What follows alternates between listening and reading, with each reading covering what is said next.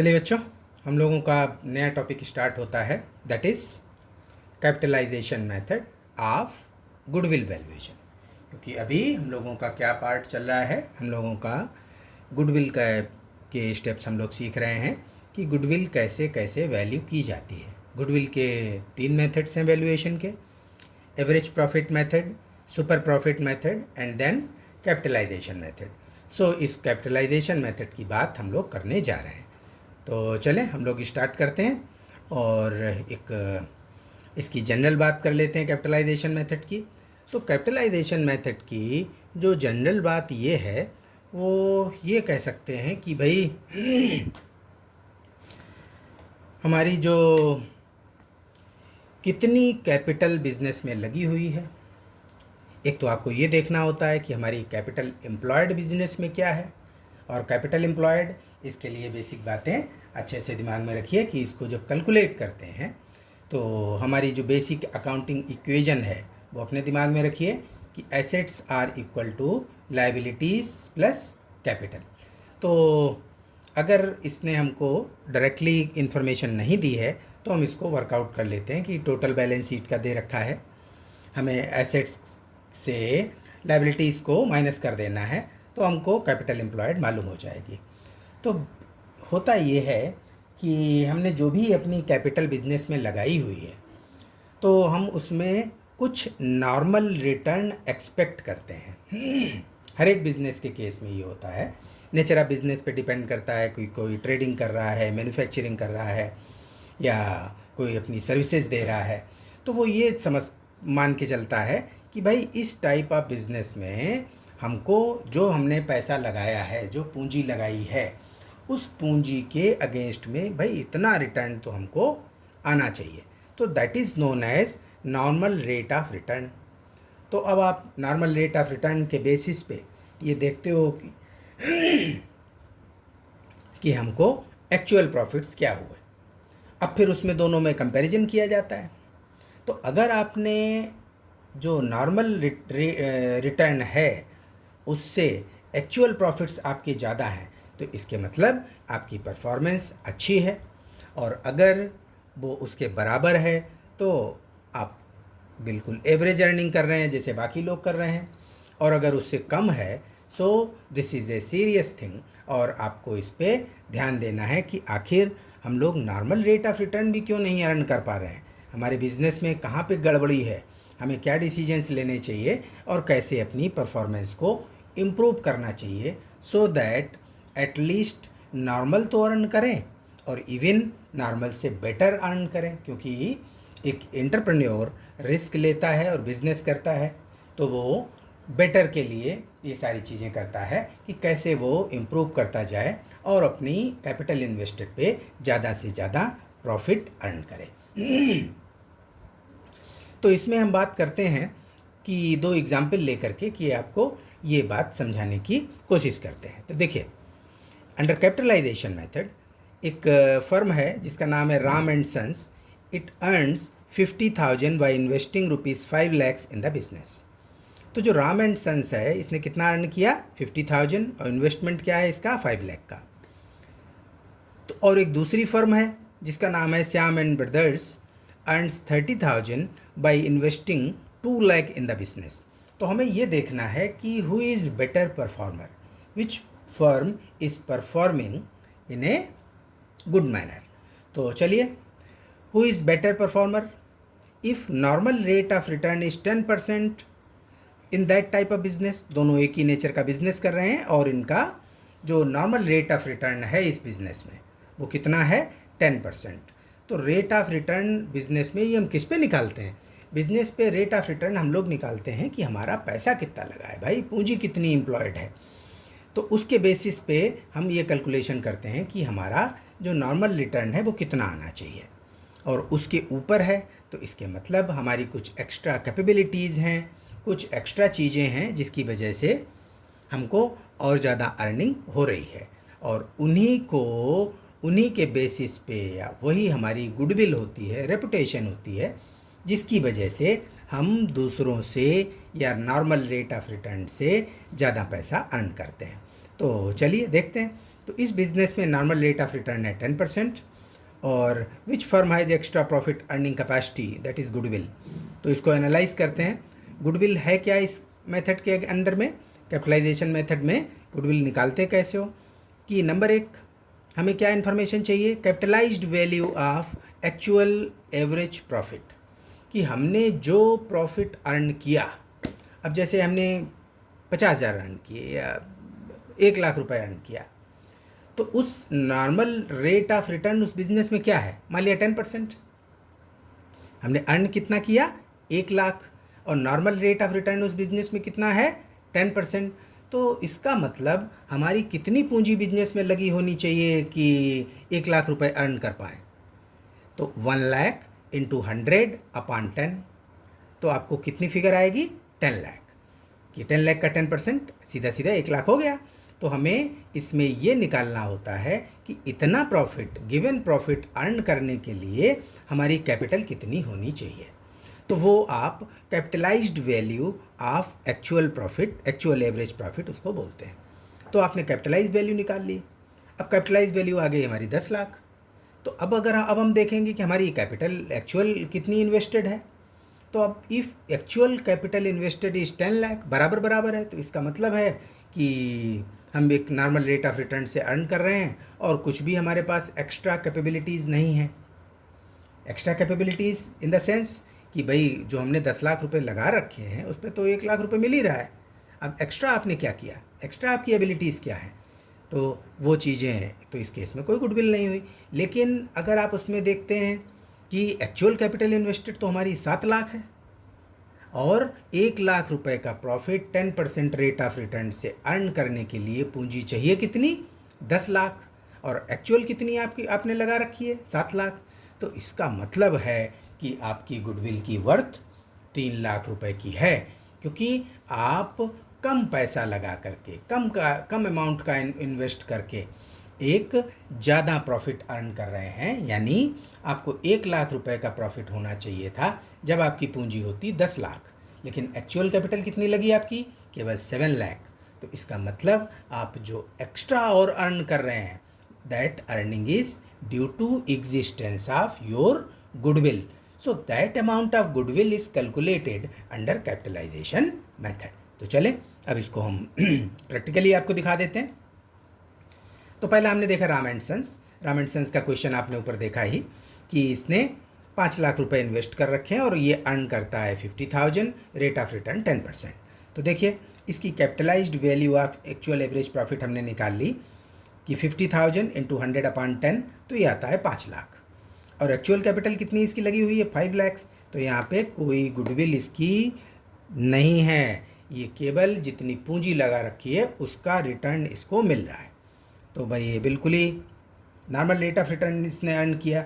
Next देखो Shyam and brothers. अब जो दूसरी फर्म है श्याम एंड ब्रदर्स, इसने अर्न कितना किया, 30,000। तो 30,000 को आप कैपिटलाइज करेंगे कि इतना प्रॉफिट कितनी कैपिटल पे होना चाहिए, तो 30,000 इंटू 100 अपॉन 10, तो 30,000 इंटू 100 अपॉन 10 ये आता है 3,00,000। तो इतना अर्न करने के लिए हमारे पास कैपिटल होनी चाहिए थी 3,00,000, और एक्चुअल इसकी कैपिटल कितनी लगी हुई इन द बिजनेस, दैट इज़ 2,00,000। तो देख रहे हैं आप 3,00,000 माइनस 2,00,000, तो इसकी गुडविल कितनी हो गई, 1,00,000 की इसकी गुडविल, क्योंकि इसने एक्स्ट्रा अर्न किया ना। इसका नॉर्मल कितना होना चाहिए था, नॉर्मल होता है इसका 20,000, लेकिन इसने अर्न तो किया 30,000। तो इसका मतलब है कि इसमें इस फर्म को चलाने वालों में कुछ एक्स्ट्रा कैपेबिलिटीज़ हैं जिसकी वजह से इन्होंने एक्स्ट्रा अर्निंग की। So Shyam and brothers have extra earning power और दैट इज़ गुडविल। तो इस तरीके से इस केस में निकालते हो। तो फिर इसमें कौन कौन से 2 मेथड्स हैं, वो 2 मेथड्स इसके देख लो। तो कैपिटलाइजेशन मेथड में 2 तरीके से गुडविल निकाली जाती है। वो क्या है, वेज टू कैलकुलेट क्या है, number 1 by capitalising the average profit, जैसा आपने अभी किया कि एवरेज प्रॉफिट को आपने कैपिटलाइज किया, तो उसके बेसिस पे आप निकालते हैं। दूसरा क्या निकालते हैं, दूसरा एक तरीका हमारा है बाय कैपिटलाइजिंग दी सुपर प्रॉफिट्स, कि हम सुपर प्रॉफिट्स को भी कैपिटलाइज करके, कि इसमें पहले आप क्या करोगे, पहले हम सुपर प्रॉफिट निकालेंगे और सुपर प्रॉफिट को कैपिटलाइज कर देंगे नॉर्मल रेट ऑफ रिटर्न से। तो एक वो तरीका है गुडविल निकालने का। तो इसके केस में goodwill is equal to super profit into 100 upon normal rate of return. और एक बड़ा इंटरेस्टिंग है इसमें, वो देखिए कि amount of goodwill will be same in both the cases. तो चाहे आप ऐसे निकालिए या ऐसे निकालिए, लेकिन आपकी अमाउंट ऑफ गुडविल सेम रहती है। तो तीनों मेथड आप एक बार फिर से दिमाग में लाओ। एवरेज प्रॉफिट मेथड के केस में हम क्या करते थे, normal average profit of given years, उसको हम ईयर ऑफ परचेज से मल्टीप्लाई कर देते थे। एक वो method average profit method. Second method आपने सीखा super profit method. Super profit method में हम देखते हैं कि आखिर हमारा सुपर प्रॉफिट क्या है, यानी हमारी फर्म ने का एक्चुअल एवरेज प्रॉफिट क्या आ रहा है और नॉर्मल प्रॉफिट क्या है। नॉर्मल प्रॉफिट यानी capital employed into rate of return जो हमारा गिवन है, तो उसके बीच जो डिफरेंस है वो सुपर प्रॉफिट है। अब सुपर प्रॉफिट को हम ईयर ऑफ परचेज से मल्टीप्लाई कर देते हैं, तो सुपर प्रॉफिट मेथड के अकॉर्डिंग गुडविल आ जाती है।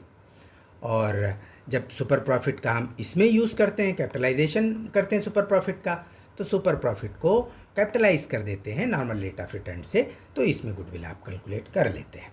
तो चलें इसके कुछ हम क्वेश्चंस देख लेते हैं, जिससे आप इसकी वर्किंग से थोड़ा फेमिलियर हो जाओ और क्वेश्चंस भी देख लो। तो चलें, इसमें है हमारा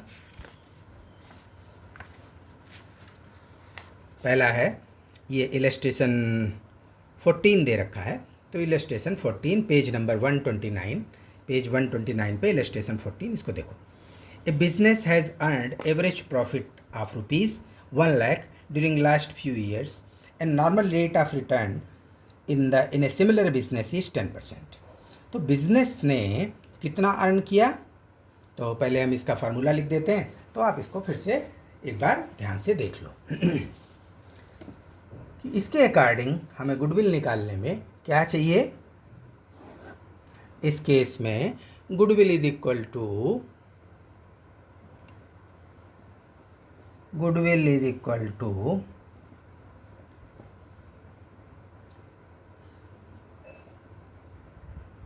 कैपिटलाइजेशन ऑफ एवरेज प्रॉफिट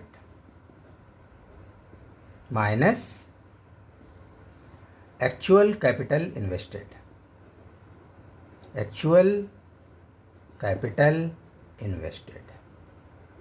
तो चलिए देखिए, कैपिटलाइजेशन ऑफ एवरेज प्रॉफिट आप करते हैं, तो इसने दे रखा है, इसने एवरेज प्रॉफिट कितना अर्न किया, 1 लाख रुपए अर्न किया।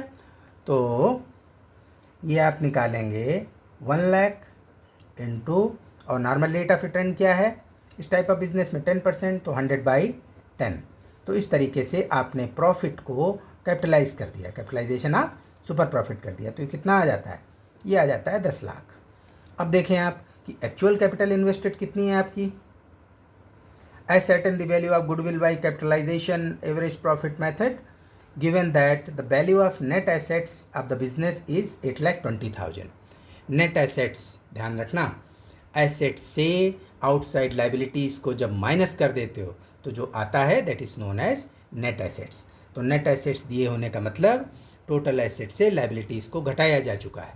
तो टोटल एसेट माइनस लाइबिलिटीज़ आपका कैपिटल एम्प्लॉयड भी होता है। तो ये इसको चाहे कैपिटल एम्प्लॉयड बोलिए या नेट एसेट्स बोलिए, सेम थिंग। इसमें से आपने 8,20,000 घटा दिए, तो आपकी value of goodwill is ₹1,80,000। This is the answer. तो इस तरीके से आप बड़े ईजिली इसको सॉल्व कर लेते हैं। अब जो अगला क्वेश्चन दिया है ये बहुत अच्छा है, ये इलस्ट्रेशन 15 है, जिसमें कि आपके तीनों मेथड्स रिवाइज हो जाएंगे। तीनों मेथड को रिवाइज करने के लिए ये इम्पॉर्टेंट है, इस क्वेश्चन को आप ध्यान से देखें। अब इस क्वेश्चन को ध्यान से देखो, इसमें आपके तीनों मेथड्स रिवाइज हो जाएंगे।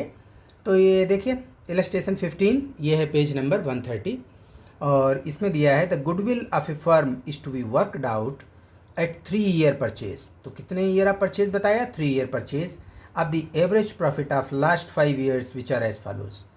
तो इसमें लास्ट 5 ईयर्स के एवरेज प्रॉफिट के बेसिस पे आपको 3 ईयर परचेज लेते हुए, मल्टीप्लायर लेते हुए और गुडविल को वर्कआउट करना है। तो ये आपका कौन सा मेथड हुआ, ये हमारा फर्स्ट मेथड हुआ। तो जो फर्स्ट मेथड था हमारा वो था एवरेज प्रॉफिट मेथड। तो फर्स्ट मेथड था हमारा एवरेज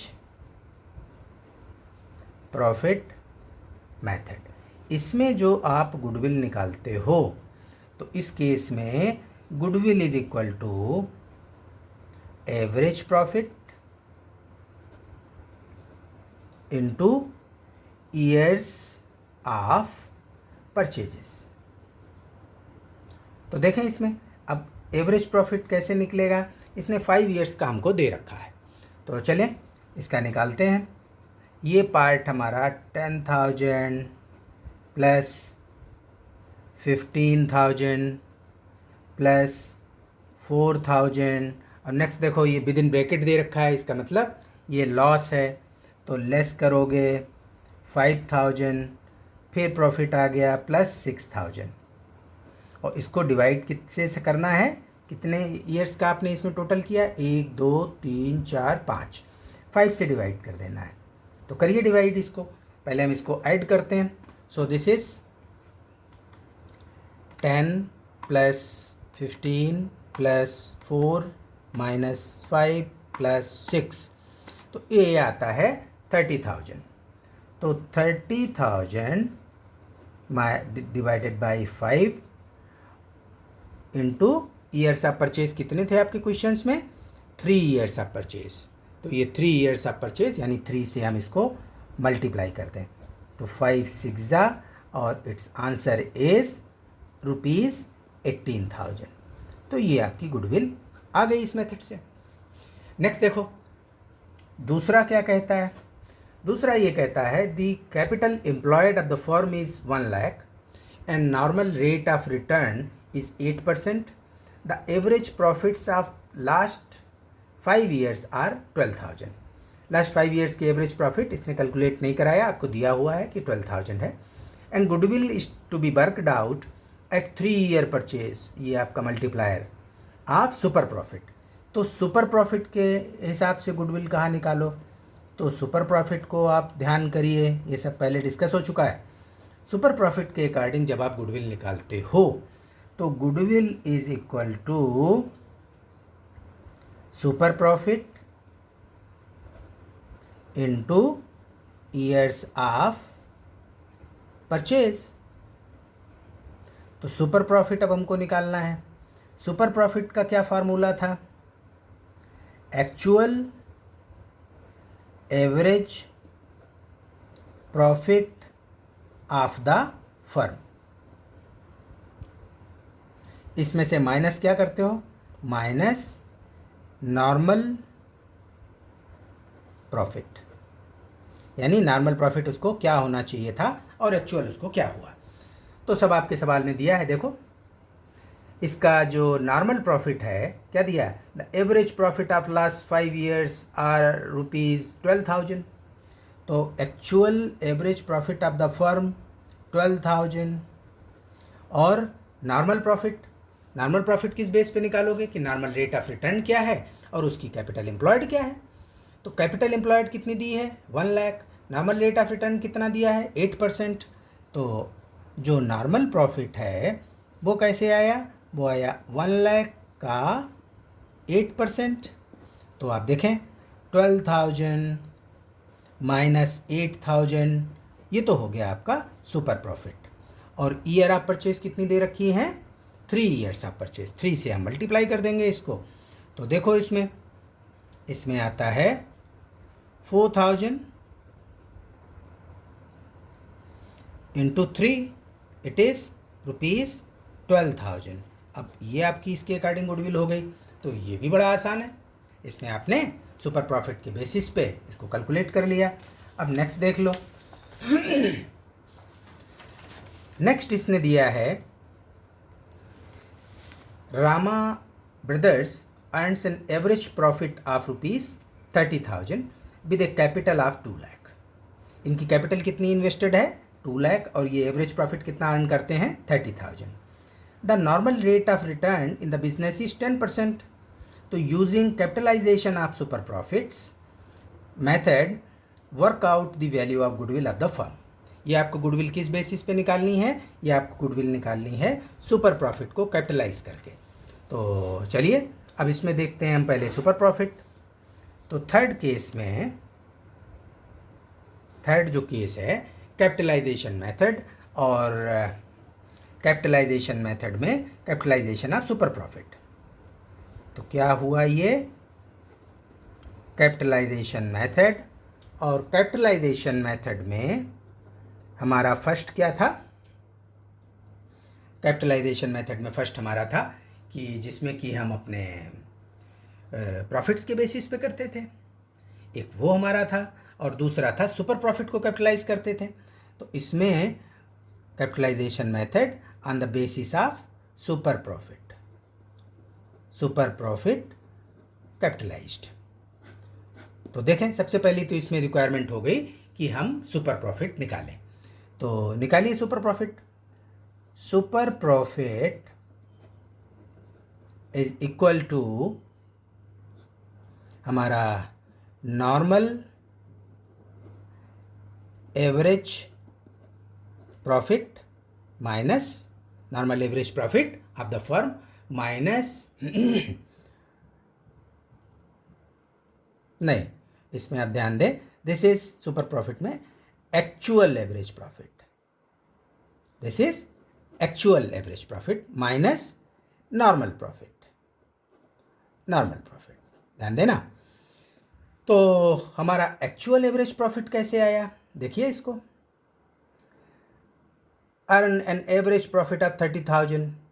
तो चलिए, ये 30,000 हमें दे रखा है कि एक्चुअल एवरेज प्रॉफिट हमारा क्या दिया है 30,000, और नॉर्मल प्रॉफिट यानी नॉर्मल रेट ऑफ रिटर्न से कैपिटल एम्प्लॉयड कितनी 2 लाख।